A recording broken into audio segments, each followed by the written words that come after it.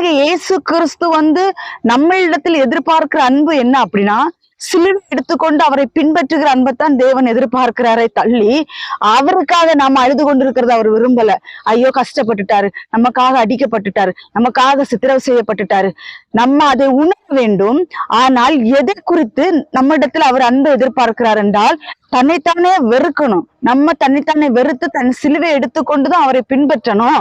அதுதான் நாம் அவருக்கு கொடுக்கிற உண்மையான அன்பு என்று தேவன் விளக்கி கொடுக்கிறார் அந்த நாட்கள்ல.